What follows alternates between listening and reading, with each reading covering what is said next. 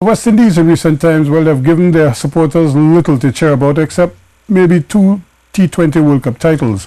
Test cricket is a format that they've suffered the most. But in a trip down memory lane on this day, March the 14th, two outstanding legends of the game gave fans something to remember and hopefully bring a smile to your faces. Naasira Mohammed takes a look back to the glory days of West Indies cricket. Sabina Park will celebrate hosting its 50th Test match when the West Indies face Pakistan in the first Test of the upcoming series and will join the Queen's Park Oval in Trinidad, which has hosted 60 Test matches, and Kensington Oval with 51. But as we look ahead to Sabina Park celebrating 50, let's look back at one memorable moment at the famed venue in Jamaica. It was this day, March 14th, 1999, when Brian Charles Lara strolled to the crease with the West Indies chasing 256 posted by Australia. And, as he did on many occasions before, turned the match on its head and back in favour of the Windies. It was perhaps one of Lara's most memorable innings. The Prince of Port of Spain took a liking to Stuart MacGill, carting the spinner to all parts of Sabina and much to the delight of spectators.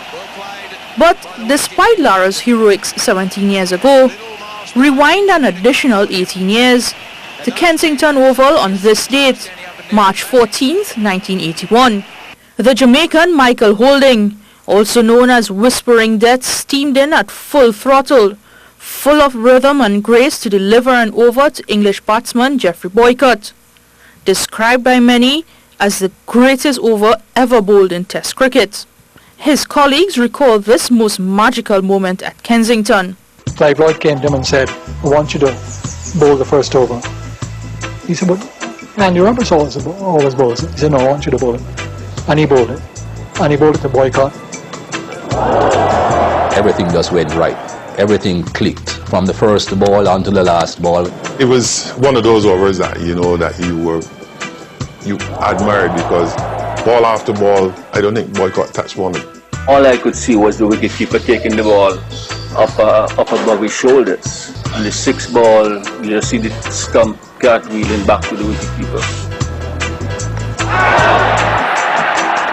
It was high drama. People up on the Kensington stand roof. I was on the air and I called it off stump because I could not believe that Boycott, and he got bowled leg stump in front of him.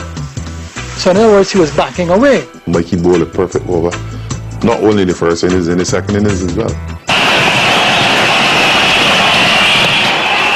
There it is. He has whipped it past mid-on, and Matthew Elliott's got to beat a lot of people helping him field the ball. A brief look back at two amazing moments in the glittering history of West Indies cricket, both on this day, March 14th.